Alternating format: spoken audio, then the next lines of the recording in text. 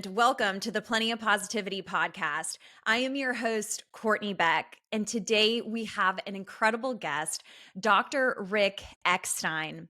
Dr. Eckstein is a professor of sociology and the sociology program director at Villanova University.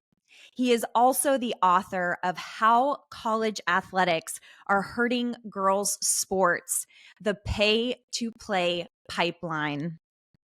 He is an expert in the areas of youth sports commercialization, college athlete recruitment and admissions, rising cost of higher education, intercollegiate athletic spending, and the unintended consequences of Title IX. Dr. Eckstein was also elected to the Drake Group Board of Directors. In addition, he is co-producing a future public television series, Beyond Stigma: Mental Health in Women's College Sports. Dr. Eckstein has over 15 years of working in youth sports. It is my absolute honor to welcome Dr. Rick Eckstein. Thanks, Courtney. It's great to be here. Well, thank you so much, Dr. Eckstein, for coming on to the podcast. We have a lot to cover today. This is going to be an exciting podcast because not only are we going to get to know Dr. Rick Eckstein, but also we're going to jump into that public television series all about female student athletes and mental health. So, Dr. Eckstein, if you could please start us off with a brief introduction and background. Well, Courtney, you took care of just about everything there with that introduction of yours. So I've been a professor at Villanova for about 35 years, and I say the last half of that I started to get more interested in researching and writing about sports, especially youth sports. But now that's kind of morphed more into looking at intercollegiate sports. And my interest in women's sports comes from a number of sources. One is that women's and girls' sports are traditionally underrepresented in research and writing. We just kind of ignore them, or we treat them as sort of additions to the real sports, which are, of course, are men's sports. I have two daughters who are both very involved athletically as kids and stayed involved in college in their own ways. And as a teacher, most of the students through the years who've approached me with problems stemming from their sports involvement, they've been women. And that was what first encouraged me to write the book, along with my own personal experiences and my own kids' experiences, is that all these women were approaching me and saying things like, when I'm done playing college, whatever, I never want to touch a ball again. I never want to touch a stick again. I never want to run again. And that struck me as odd, as someone who, at the time, I was in my 50s and still active in the sports that I loved when I was a kid, still playing basketball, still playing golf, still I just was active and could not imagine ever saying that I was going to give this stuff up voluntarily. I have to now because I'm old and rickety, but back then it just struck me as so sad that someone that these young women who had devoted so much of their lives to playing the sport couldn't wait till they were done. And that encouraged me to see what was going on. Why was this the case? Why did they feel this way? And why did the contemporaries of my age, when Title IX was first kicking in and girls and young women were starting to play sports more, they didn't have this. They continued a lifelong passion about sports that contemporary girls and young women seem to have lost. And I didn't want to blame them for it. I wanted to see what was going on systemically, structurally, within the realm of the family. And what I found is that most of this was rooted in the policies of higher education and how they filtered down and trickled down to youth sports to, in some ways, commercialize the system and kind of corrupt it in some ways, moving away from sports as fun, a place where you would develop friendships and it become a kind of commodified means to some other end. Wow. Well, thank you so much for that introduction. And we are surely going to get into all these topics that you just discussed, as far as even in your book as well. I do want to say, I mean, when I look back at my experience in sport, and I did play as well as was involved in a variety of different sports. But the sport of gymnastics was really where my passion was. And thankfully, I did have an incredible experience both growing up at the club level as well as at the intercollegiate level, D1. And when we look at even coaching, I dabbled in coaching a couple years at the club level, as well as Florida State University has a club team, and I got into club coaching just to stay near the sport. And just to your point, when you were speaking about these young individuals and how they almost like they've had a bad experience and they don't even want to get near sport again, it's really sad, and obviously also concerning that you would you direct your research in that area. And so my question to you, just following up with that introduction, is you have over 15 years of coaching in youth sports. So, if we could take it back to those early 15 years there, what were you seeing as far as the culture, as well as just the coaching, the style of coaching, and how that's evolved? Yeah, that's something I've been thinking about and preparing for this conversation. So when I first got involved in youth sports, my older daughter was probably about 6 or 7, and Mhm. it's amazing. That would have been around 2000, and the landscape really hadn't gone that far in the direction of commercialization yet. Yeah. It was in the you could see little wisps of it here and there, but Mhm. mostly it was just little league. It was recreational basketball. It was recreational soccer, and it was all kind of geared around kids having fun. It was parents coaching. We may not have known what we were doing, but someone had to oversee, and the kids seemed to be having fun. But as Yeah. my older daughter started to age, and as my younger daughter started to get involved in youth sports, which would have been, say, mid to late 2010s. I'm sorry, the mid to late 2000s. Sure. I started to notice very clearly that the commercialization had kind of taken off.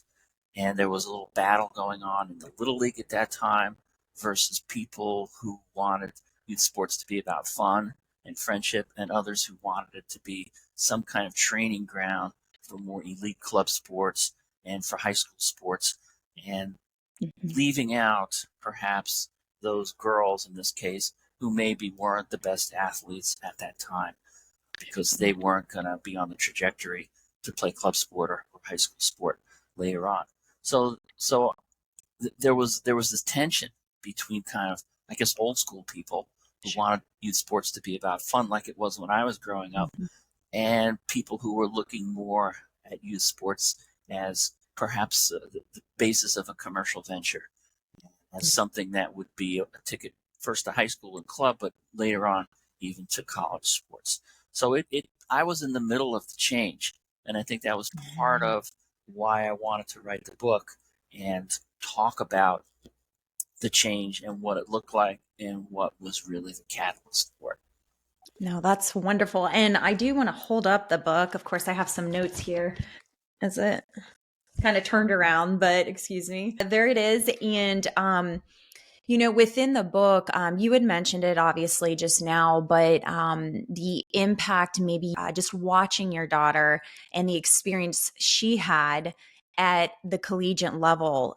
You referenced that she attended a small liberal arts college, but truly flourished and just loved the sport of soccer, as well as her other extracurricular activities during her collegiate experience. So, from your perspective, though, as a parent, when you started seeing her go through those collegiate years, what did you see as far as just the landscape or the environment at the collegiate level when your daughter was particularly in it? Well, my younger daughter had a little bit of an advantage because her older sister is 5 years older and had Mhm. gone to a similar kind of college. And even though she wasn't playing a varsity sport, she was playing ultimate frisbee at a very high level Mhm. and was enjoying it immensely. And part of it was the school that she was at, and part of it was that it was pretty much athlete run. They Mhm. had a coach, but the athletes got to pick the coach. They got to pick the times of play. And so we got to see that college sports, if it still revolves around the athletes themselves, can avoid some of the worst elements of college sport that are starting to develop now, especially in Division One. But what we found in our research is that Division Three schools are, if not equally likely, almost as likely to develop some of the worst elements of college sports, especially how it impacts physical and mental health. So with my younger daughter, who was interested in soccer, she knew from the start that she wanted to go to a school where she would play. She didn't want to go to a fancy, famous school with a top-ranked team, and she didn't want to sit on the bench. So she found a school that was academically strong and had a kind of mediocre soccer team, and she got to play. Except for the COVID year, she played a lot of minutes. She had a ball. Some of her teammates were a little more stressed than she was, but it was if it depends, on what parents and families want from a college experience. Do they want the status and prestige of saying that, oh, my daughter is going to a Division I school, she's on scholarship, she's playing for a nationally ranked Division III team, or do they want their kids to go and have fun and enjoy this sport that it just gives them a kick? I think my daughter was never happier than when she was playing soccer. It's just what she loved to do, and she swam and she did other things. And both of my daughters did multiple sports, and they were involved in music and lots of non-sports activities. But for each of them, they had that one piece of their lives that brought them the most joy. And why would you want to take that away just so you can brag that, my kid is playing on is it Amherst or Williams College or some recognizable school and program rather than the places where they went. So. No. And, that's so interesting that you talk about just her experience and how overall it was positive. And, when we talk about sport, I mean, literally just the podcast itself, like life, sport, and career, but how sport could provide so many positive life lessons. And I could definitely speak at least only for myself, but I had an incredible journey at the collegiate level. And yes, I mean, there was certain regimens, and it was strict. However, there was so much fun. I mean, as we know, practices could sometimes be very, very intense, but I never came to practice thinking I don't want to be here. Like, it was always so much fun and always aiming for those short-term goals that we had all set as a team. And then ultimately those long-term goals at the end of the season. But taking a step back, when you talk about youth sports, and even when you are you currently coaching right now as we speak? Not right now, but even after my daughters graduated and moved on to college, I did some coaching in the local school district. Sure. It wasn't quite volunteer, but I don't think it didn't receive enough payment to be considered a job. So I was coaching 8th grade soccer for a year because they couldn't get another coach. And that was a lot of fun too. We only had 7 people on the team, so we had to borrow 7th graders for the games.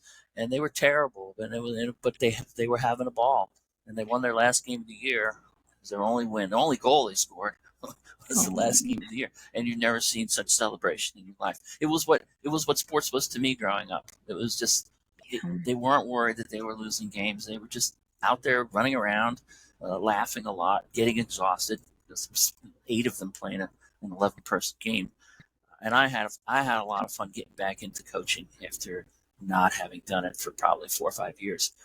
So, but it's against the trend. And I think one of the reasons I wanted to get involved in coaching and stay involved in coaching when my kids were younger is I'm trying to prevent that craziness from creeping in as best I could to sort of to set up some boundaries and say, no, yeah, you could play on this elite travel team, but this is what your life would be like then. Do you really want to do that? And I think kids are pretty smart. When you lay it out honestly, they'll make good decisions. So I was glad to be there as a sort of buffer for my kids and my friends, or my kids' friends. But it's harder and harder to kind of protect Mhm. kids from madness. And of course, I think parents are caught up in the madness as much as anything. They're as much of the problem now with youth sports becoming less of a positive experience and having all these kind of negative consequences. Absolutely. And when you talk about parents, I was thinking obviously about your book, how you have many stories from parents, from athletes, from athletic directors, and other individuals too. But something that stood out to me was when you were talking about kind of rhetorically, like asking the athlete, like, what do you really want out of this? But it seemed like a lot of the stories, you had the parents who kind of overtook, like they don't really understand at this point, like we're aiming for this. But then when the athlete would tell their story, it seemed as if it was kind of opposite, like I'm being forced in this area, or I'm being forced to go to practice. And it just seemed to me when I was reading those stories, it was almost completely different from the parent to the athlete, not in all cases. But I was wondering if you could maybe just elaborate on when you received, obviously, this feedback. Those stories when the parents and the kids had sort of different goals and objectives Mhm. for participating in youth sports, those kids were on the younger side. They were in middle school, Sure. just starting middle school. So in a sense, the parents were right that they didn't really see the bigger picture, the long-term picture. Right. But the parents were also wrong in that the kids wanted to experience the moment. They wanted to live their lives and have fun at that moment. And they shouldn't be thinking about college when they're in sixth or seventh grade. They should be thinking about their lives as they are now as Mhm. kids and not have their childhoods betrayed by some sort of vision that the parents may have. Now, it also happens that the parents are sometimes misled and deluded about what the reality is down the road. And somehow playing soccer or playing field hockey is going to be a short ticket to a first rate college and college scholarship and a place on the Olympic team. And I was thinking back again of my own youth and my own parents. They didn't even come to my games. And most of the parents didn't come to games. They'd throw us out of the car, whether it be baseball or basketball, and we'd see them afterwards and they'd come pick us up. And it wasn't just my parents that said, you're never going to be a professional athlete. You understand that. And you're never going to play college sports. You may be good. And I was pretty good, but you're never going to do it. So they had this sense of reality that kind of, broke our dreams that we had because I wanted to play for the Yankees like every kid growing up in New York. No. And they said, this is not going to happen, study journalism or something, or to do something else. But now parents, Right. even with the same reality, are saying, yeah, you can do it as long as you go to the right club and have the right personal trainer. And I think I talked to older students as well, older kids in high school. And by the time they've been in the system 3 or 4 more years, they start buying into that whole dream that their parents have. They start mimicking it a Mm. little bit more. And part of it, I think, is that they've spent so much time doing it, they have to rationalize it a little bit. But Right. also, they just have been taught that that's what they're doing now. They're playing for something in the future rather than something Mhm. in the present. So those younger kids, though, they were the ones who seem to have things in perspective pretty well. See, that's so interesting. And I think about my time when I was at the elite level in club back, gosh, that had to have been early 2000s. And even at that point, now that I'm obviously more mature to look back on it, the financial aspect of sport, particularly the sport of gymnastics, can be expensive. Thinking about it, we traveled cross country, the leotards, like all the quote, like equipment that you would need, so to speak, and then dues for these entries for the meets. And so I was just curious because you do speak about it a lot when it comes to the financial sacrifices of the parent. But as the time would go on, what are you seeing now? Because it does seem I've never like actually jumped into the sport of soccer, youth soccer, but I've heard many stories as far as to be recognized as that child ages, you have to do travel soccer or so forth. So could you maybe expound upon that? And it's happening in a lot of sports now, and it's all part of whether it's cause or effect. Sports aren't seasonal anymore. sports are becoming year-round, Mhm. and that's the impetus for a whole host of both physical and emotional injuries. But because it's becoming year-round, and that's not a sports-centered thing, that's not a performance-centered thing, that's strictly a business model that clubs and organizations want. Well, they want your money. They want your Mhm. money in season, and they want it out of season. So there's all these add-ons. It's like flying the airlines now, right? If you want to pick your seat, if you want to have toilet paper, all these things that you got to pay in advance for, the bags, under the seat, over the seat. So clubs are becoming like that. And if you want to be affiliated with a club that is considered prestigious for whatever reason, then Mhm. you got to keep buying stuff or they won't keep you along. So it's not unusual for in sports like soccer or field hockey for Mhm. parents to spend upwards of $10,000 a year.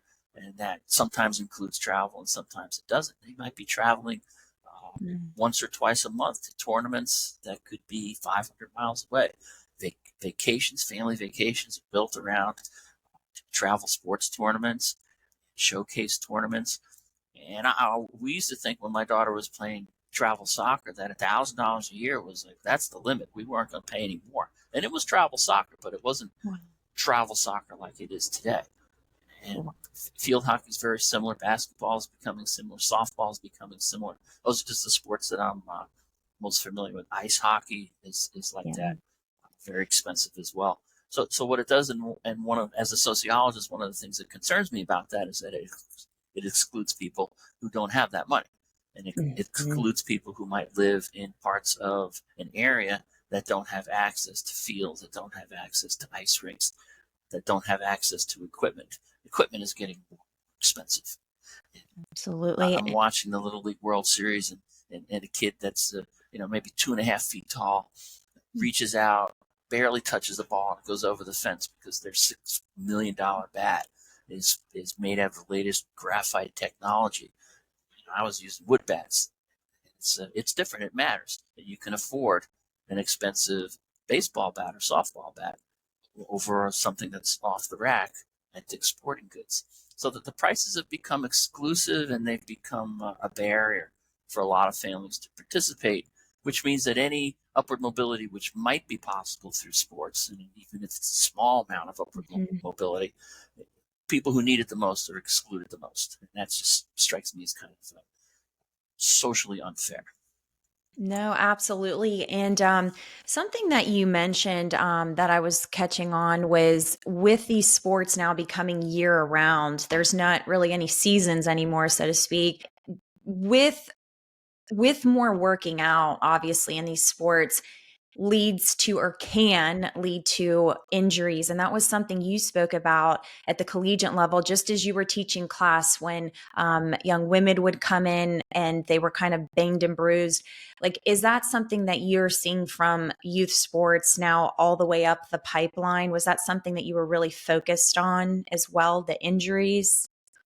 Uh, I focused on it slightly while I was Mhm. writing the book. Since we started now developing this documentary series, Yeah. we're starting to see the links between emotional injuries and physical injuries.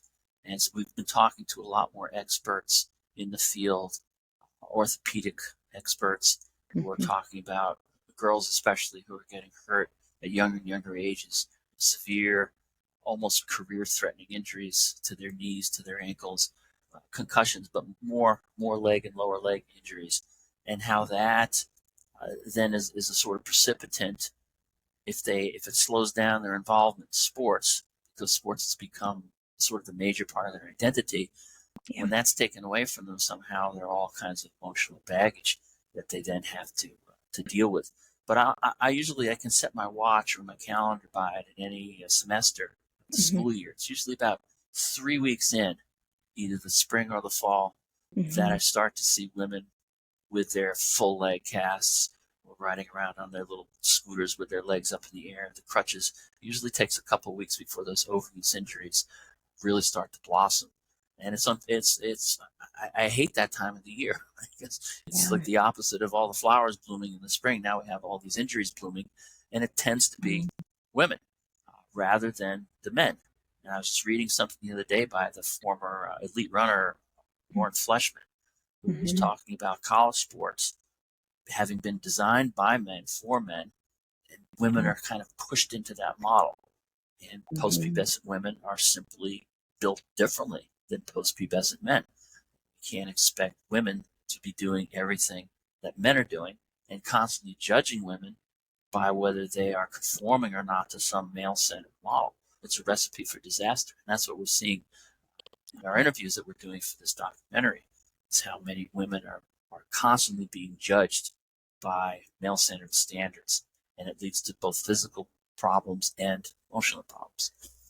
No, absolutely. And when it comes to the documentary, uh, you had also spoke about, or taking it maybe a step back for a second, but when you went back to coaching, even at a more youth sports level, the topic of discussion right now is pretty predominant mental health, beginning at the youth sports, and then we'll certainly go into the documentary itself. But when you returned back, did you see even at younger ages a change maybe or focus on mental health in comparison to when you were coaching previously? I did I did not, but I think mine was a Mhm. sort of anomalous experience that I'm coaching a team where we basically had no players, and the Mhm. ones who came out were just they were just there for the fun of it, and there was Sure. no pretense that this was going to be a stepping stone to something more serious. But I do see it, and I have friends right now who have younger kids who are going through this. In fact, we're interviewing a couple of families for the Mhm. documentary, and one of them this is a family that had their own horrible college sports experiences, and now they have kids, and they know better, and they saying on camera, "We know better, but we want them to be on this club or that club because it's the most famous club, and it's bad. They're practicing 4 days a week. I know it's wrong. I know it's wrong, but I can't help myself because the cultural patterns are so strong and the cultural influences are so strong that even people who know better, even people who know that this isn't in their kids' best interest to practice 4 days a week and then to travel hundreds of miles for a game, they still want, for whatever reason, and we're trying to figure out those reasons in the documentary. They put their kids through these things. They allow their kids to do it. They say that we're doing it for the kids want to do it, but at Sure. some point, parents have to say, no, you can't do that. You can't drive the car. You're 11 and you can't drive the car, even though you really want to. We're gonna draw the line there. Well, and alongside the prestige, something that caught my attention was this idea where if the child is in a specific sport and they're enjoying it and having so much fun, but then the parent sees an opportunity in another sport to attend a more prestigious school to maybe get even half a scholarship or a quarter or so forth of a scholarship. And then they end up taking the individual out of that particular sport and transferring them, because that was mentioned in the book and that caught my attention. Like, could you maybe elaborate on your thoughts? Was that an interesting finding? Yeah, I don't know if it was such more of a finding as Mhm. much as something I saw firsthand when I was coaching my kids. And my older daughter, for instance, really liked softball, and Mhm. her friends, they like softball. But I started to see a lot of them get pulled out of softball and placed into lacrosse, which was a similar season, a spring season in Pennsylvania, because college scholarships for lacrosse were blossoming at that time. They were just exploding. Whereas college scholarships for softball were more static, and softball, usually the advantages go to people who can play more year round, which you can't Sure. do in Pennsylvania because we have winter, unlike, say, in Florida, where it's just summer and hurricanes. Those are your seasons there. So Yeah. I saw a lot of people who really enjoyed softball, a lot of girls who enjoyed softball getting dragged into lacrosse. By the time my younger daughter was playing, I couldn't even get some of the better athletes to play softball because lacrosse had such a draw because of the college scholarships that the parents thought were available, or the admissions advantages that the parents thought were available. And truth be told, there were more than there were for softball, but Yeah. not that many more. And so people didn't have the opportunity to, the kids didn't have the opportunity to pursue the athletics that might have been the opportunities that might have been a little more fun for them, because already college was on their minds in 6th grade, 7th grade, 8th grade. That's no time to be thinking about college. Yeah, and I think that's such a good point. I mean, my experience was a little bit more unique because I returned to the sport much later, and I walked on to the team. So I did not have maybe any of that pressure that could be if you did receive a full scholarship. But to your point, how sometimes it would seem as if there's more full scholarships available, but when in fact, sometimes they could be split up to, it's not the whole idea of a full scholarship once they get there. And obviously, even injuries could occur, and that could be also, taken away from the athlete as well over time. And so I just thought that was very interesting. A very good point that you made was this idea of the expectation was actually in reality not quite there, it seemed like. Yeah, I think one of my first sort of points that I was trying to make Yeah. in the book, especially, was that there's this complete misconception about what college sports is like, and the availability and the size of athletic scholarships. Mm-hmm. Parents have no idea what's going on, and higher ed has not really taken it upon themselves to educate families about the reality of college scholarships, because it doesn't serve their interests. It's better for them to have hundreds and hundreds of thousands of people who think that there are endless scholarships, to have parents think that every person on a Division I team is going to have a full scholarship.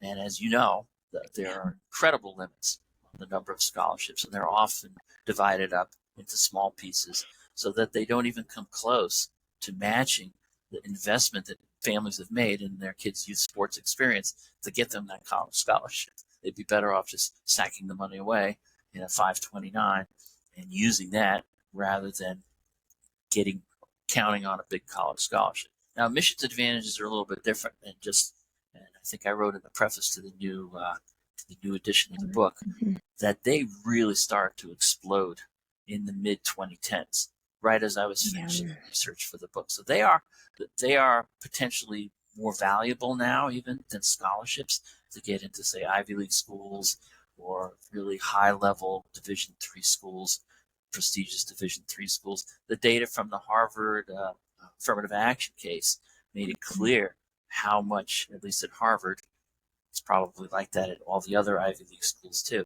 how much of an advantage the athletes have, even over legacies who have a tremendous advantage. Athletes have a bigger advantage at getting into schools and being treated differently in that admissions process.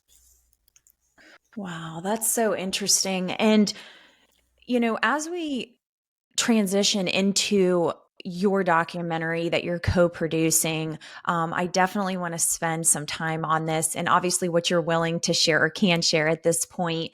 But talking about mental health and female student athletes, what provided you that direction to then take it upon yourself to actually do a documentary? Well, it came from a couple of different directions. I think probably the main catalyst was around 2019, 2020. There was this rash of college athletes, women college athletes, who were dying by suicide. It just exploded all of a sudden. Mm-hmm. Right at that moment, and it was just after the book came out, I was approached by a colleague who has made many documentaries, social justice documentaries, small documentaries. He said we should take the ideas from the book and apply it to mental health issues. And I thought he was out of his mind, right? Quite frankly. Yeah, right. Okay, fine. So we kicked it around. The pandemic came, but the problems started magnifying, and so I kind of agreed to go along with this harebrained idea that my friend had come up with. But I said, listen, I'm a social scientist. I don't know if there's really an issue here. It could just be that we've heard about these 5 or 6 or 7 cases and that they're outliers, and that there really isn't a stress, anxiety, depression issue going on in college sports. And we hadn't even at first narrowed it down to women's college sports. It was just college sports. So I started doing research. I did surveys, I was doing interviews during a sabbatical I had, and it became crystal clear that there was a problem. And it also became clear that it was a women's sports problem much more than it was a men's sports problem. Reported levels of stress and anxiety in our surveys, follow-up interviews were astronomical, really surprising, even to people who kind of were expecting it. Yeah. They were really off the charts in some regards, and much more prevalent among women than among men. And since that time, the NCAA has also come out with data saying this is more women's issue, men's issue, and it's come out in other forms as well. So we saw this and we said, well, look, what we got to do is try to explain this aside from the usual rhetoric, which is let's get more counselors, or let's have the athletes get more sleep, talk to people, right, to get past the stigma of even admitting that you're stressed or anxious or depressed. And that's absolutely critical, is to do something about that stigma against both admitting you have a physical injury and admitting that maybe you have emotional injury. But there are policies in place, and there's behavior by people who have power within the sports framework that are making those are the causes rather than the symptoms of athletes feeling stress, anxiety, depression, and perhaps suicidal ideation.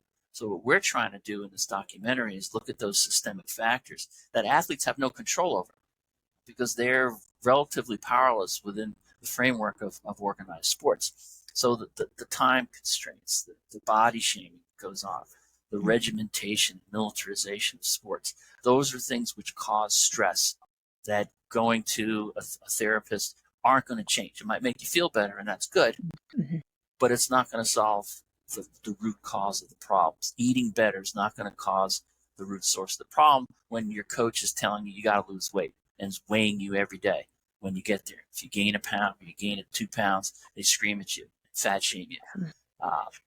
Those are the issues that we want to address in this documentary, and that we want to address with policy changes. That, for instance, the NCAA will actually enforce its 20-hour-a-week limit on in-season sports participation. That's just completely ignored right now, and that's to the detriment, I think, of the athletes. See, this is so interesting to me because having experienced it, I was in college from 2006 to 2010. So basically 2007 to 2010, as far as season goes for gymnastics. And when in fact I saw the pilot that you had produced at that conference, I could not stop thinking about why is this happening? And my experience in college, I think of two different avenues. I think of coaching, just what you were saying too, like the mental aspect, but then also just generally speaking, mental health. Mental health was not, from my perspective personally, was not ever discussed when I was coming through the ranks.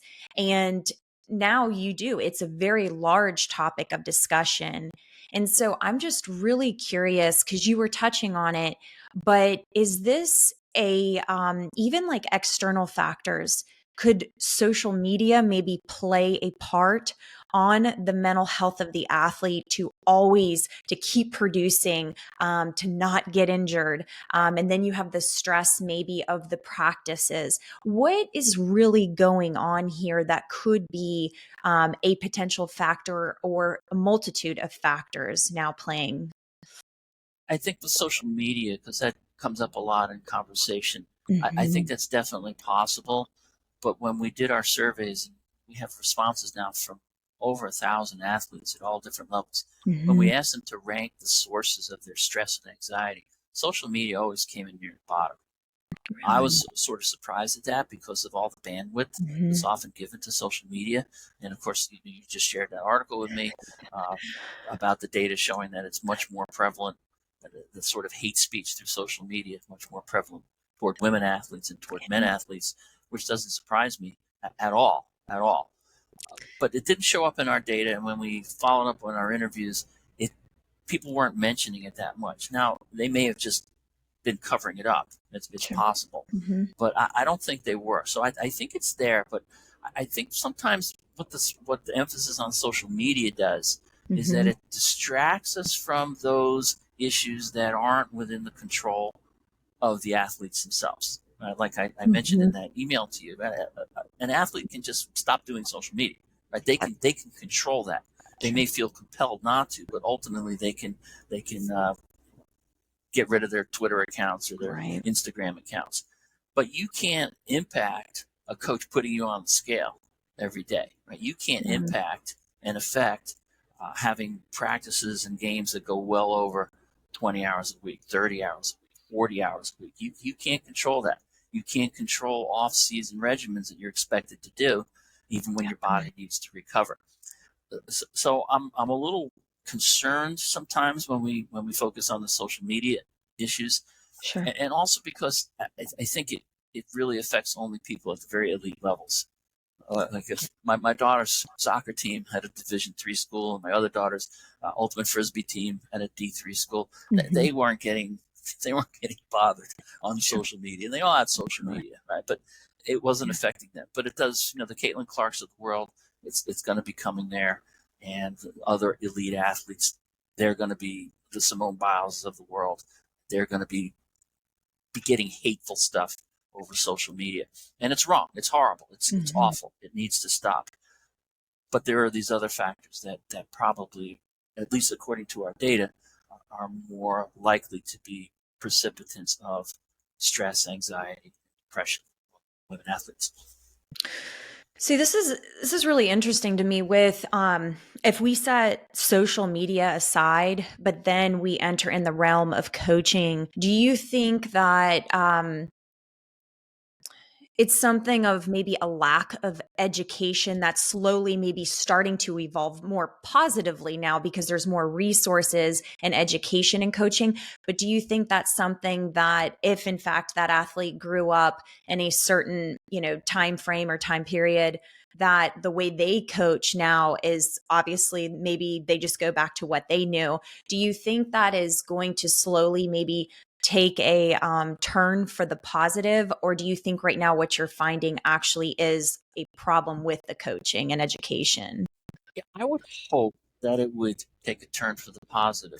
I would Hmm. hope that, well, not just coaches, but the whole athlete, the college athlete industrial complex, if you Sure. want to call it that, Hmm. would become more concerned with mental health, the mental health of its athletes, and not just perform being concerned, right? And having a forum and having a workshop and hiring maybe one more counselor for Hmm. 600 athletes in a program.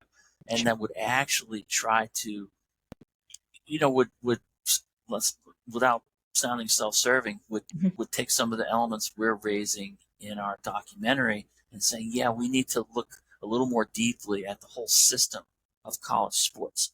Why is it so important that we win? What does that obsession with winning cause? Can we enjoy winning without necessarily focusing our whole program on it? And to give coaches a little break here too, they're being judged by winning and losing, not by how happy or well adjusted their players are. So their professional livelihoods are Hmm. based on certain metrics that they themselves might not have chosen, and they may want to say, "I'd like to give my kids a day off." But exactly as you said, they've learned coaching through their experiences. There's very little training for college coaches, especially. There's no certification for college coaches. Some individual sports have them, but they're more based on techniques and tactics than they are on what some experts have told us are the more sort of psychosocial elements of coaching. Hmm. And when you have an increasing number of men who are coaching women's teams, they also may lack a certain empathy for what it's like to be a young woman and to experience life from the perspective of a woman. Because as a man, you don't know what that's about. To have to maybe go and take care of some business in the middle of practice. Well, if you don't understand that women have certain issues that they have to deal with, then uh, you're going to get all mad and bent out of shape. It's going to cut down on the likelihood that you're going to win and have a conference championship and get a raise or maybe get a different job. at a better school. So there are these systemic factors that Mhm. oftentimes they're just ignored, and we kind of tinker around the margins, which is better than not tinkering at all. It's Yeah. better that we do something. It's great that a lot of athletes are forming some of these groups like Morgan's Message, Yeah. where they get an opportunity to at least find common ground with their friends and colleagues. But that in of itself is not going to change policy. The policies continue, and it's just great that you can find kindred souls Mhm. to make you feel less alone, which is critical. Right.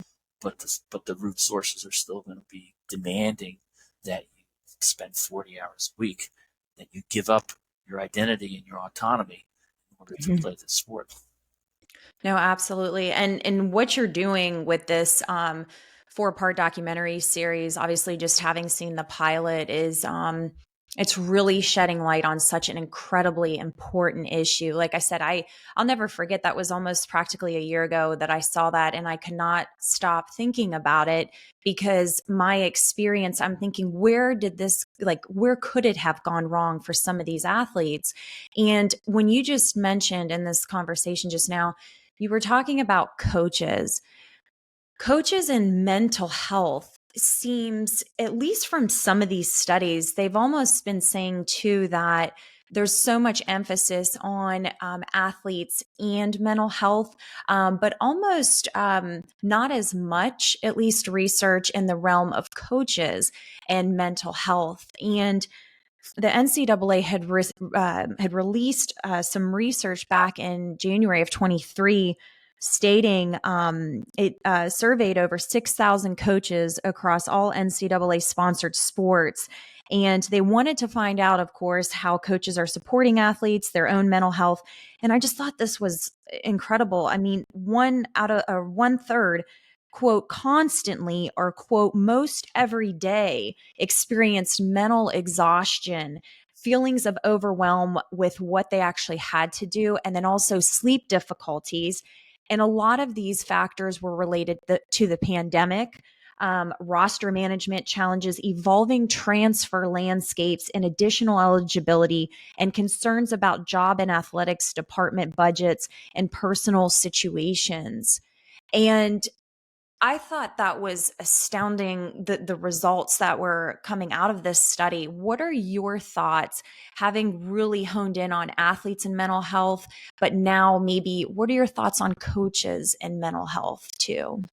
Well, I think the same logic is at play here. Is that coaches and athletes, they're all part of the same system, the Yeah. system of intercollegiate athletics, and frankly, the system of higher education that has put such a huge emphasis on its intercollegiate athletics programs to bring the school, in some cases, revenue, but Yeah. that's pretty rare. More likely to bring schools a certain notoriety, to cultivate a brand, Hmm. to guarantee in some ways, because as you know, the number of high school students is going down.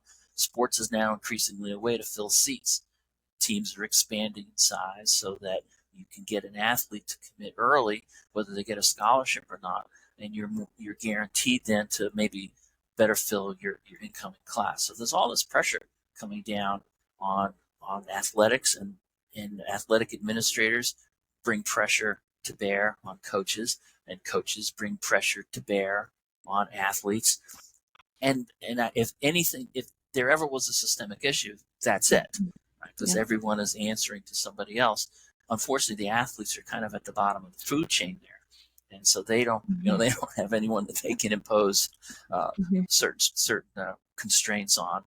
They're the bottom. They're the recipients of all of this institutional malaise. So I feel for coaches, and in fact, I'll be interviewing one in a couple of weeks who was a very successful women's soccer coach in a big Division I conference, Hmm. made the NCAA tournaments year after year, and he stepped aside because he just couldn't face the stress anymore. Of it was never enough. It was never enough to win your conference. It was never enough to make the NCAA tournament. You had to go further and further and further. And these are coming from people who don't understand what soccer is. They've never played sports, but the institutional demands were such that the successful coach said, I've had enough. It's not good for my mental health Yeah. to be part of this profession And fortunately, he found something else to do. But I think with a lot of coaches, this is what they do. It's all they know. And if they can't coach, but they're going to be selling hoagies and Yeah. coffee and Wawa sheets or Hmm. what you have in Florida. I guess you have some Wawas down there. We're Yeah. actually getting one here down the road, by the Well, way. finally, civilization comes to Tallahassee. It's about time. So you probably know coaches too. This is what they've always done. Maybe some of them used to have teaching to fall back on because coaches were very often also teachers and educators. But now with Hmm. the professionalization of coaching, even at the youth level, this is their job. This is their occupation. This is all they know. What are they going to do if they don't have this job? They've got families, right? They've got car payments to make. So they're going to fall back on what they've learned from their coaches because they've never gone to coaching school. They don't have master's degrees in coaching philosophy and coaching psychology. So they're just going to say, well, my coach yelled at me and made me run extra sprints when I missed a free throw. So that's what I'm going to do. And it's unfortunate that we're missing the forest for the trees. We're missing the bigger Hmm. picture, which is higher ed policy. And, the reason I've become very passionate in that area is because, I mean, even just from personal stories, I definitely know coaches at that D1 level. And I've heard stories too, as well, how it's like walking on eggshells in different realms. And to me, that's what started sparking my interest was the conversation that was heavily being discussed concerning athletes and this landscape, this environment, both, like you said, mental health, physical health. But then I was starting to wonder, as far as coaches and mental health, how that was working, but not just coaching per se, but everything, like you said, if it's focusing on budgets, if it's focusing on everything that, of course, a coach has to focus on outside of being, quote, on the field. And so I was so curious to ask you that. And, as we move forward, I really wanted to make sure that we touched upon this. I wanted to congratulate you because you were elected, of course, here as part of the Drake Group Board of Directors. So, congratulations. And what do you hope to accomplish in this role? Well, I got involved with the Drake Group a few years ago because they've got this kind of two-pronged effort. One is to Mhm. educate people about issues of college sport and to try to fight the miseducation, misinformation that runs rampant. And the Mhm. other is they try to influence actual policy at the state and national level and to give lawmakers more honest and research-based information than they might get, let's say, from college presidents or others. So it's kind of a data driven, research based organization that's trying to address the issues of college sports in many ways to protect college sports, to keep it from falling further and further down that hole of commercialization, to protect the athletes themselves from emotional and physical abuse or injury because of how the system itself has kind of gotten out of hand. So I'm interested now at this stage of my life, not just writing books that 8 or 9 people are going to read, well, 10 now, including you, but in really somehow affecting Mhm. policies that will, with one stroke of the pen, make life better for thousands and thousands of college athletes and probably thousands of coaches as well who mean well. They really do care about the athletes that they are sort of in charge of, but are facing, as you said, all these pressures, not of their own making, to bring budgets in, to deal with the new landscape of transfers and NIL. And it's all while everyone, you can't all win a championship, right? There's got to be some people Yeah. who are winning. And higher education and athletic administrators need to realize that that's okay. It's okay not to Mhm. win all the time, as long as people are getting some sort of personal or community benefit from participating in sports. No, absolutely. And I must say, I mean, obviously, just in general, you have made such a positive contribution with all your research.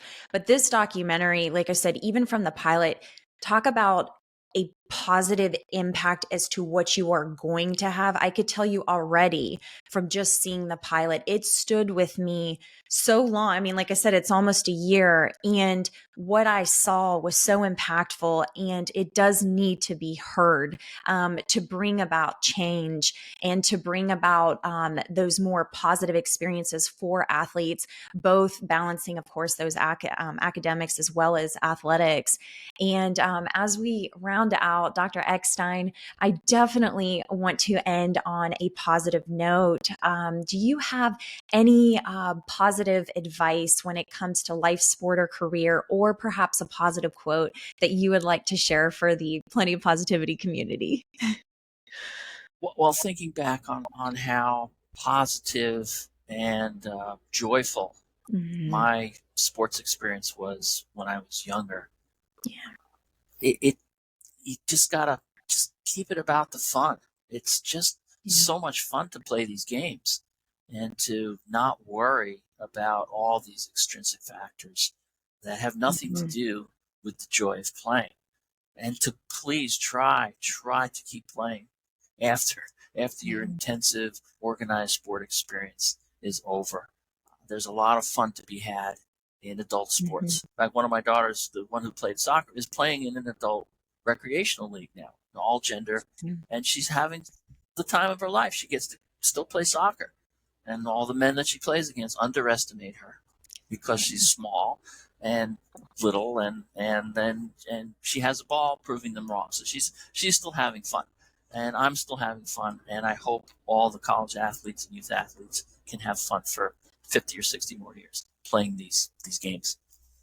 That is wonderful, wonderful advice. And, before we close out, I wanted to also mention too, with this documentary, where could the audience actually see this and when could it be aired? Well, we're looking to air the first episode on a local PBS station sometime in early to mid 2025. In the meantime, if people want to keep abreast of what's going on, we have a website. It's Beyond Stigma Doc, all one word, .com. Mhm. We also follow us on Instagram, and we have a social media person. I don't know anything about this, so you can follow us on Instagram, and I think on former Twitter or other things. But we'll be posting updates about production dates and other places where sometimes we appear to show the updated pilot. It's a little different than the one you saw, Yeah. and we've shown it in a bunch of schools, and it's usually the athletes who are the most affected by it. Yeah. Literally, they're in tears, and they will Mhm. come up and talk to us afterwards, and not to be self-congratulatory, but they'll thank us for giving a voice to what they're feeling, but don't know really how to express it in any kind of way. So we're hoping that it'll touch a nerve in a good way among the athletes out there when they see this, and they can be, in a large way, the impetus for change. It probably will need to come from the athletes themselves. No, absolutely. And Dr. Eckstein, I want to truly thank you for coming on this podcast, sharing your expertise within the realm of research, but also now, of course, as you move forward with this documentary, you are going to, like I said, you've already had so much positive change. I mean, just from my experience watching that a year ago, but then as we move forward, I know this is going to have so much positive change, as you mentioned, with giving a voice for the athletes. So thank you once again for being on this podcast. And I truly wish you the best as you move forward. Thank you, Courtney. I really enjoyed talking with you. Good luck to you in the podcast. It's a wonderful thing to do. Thank you so much.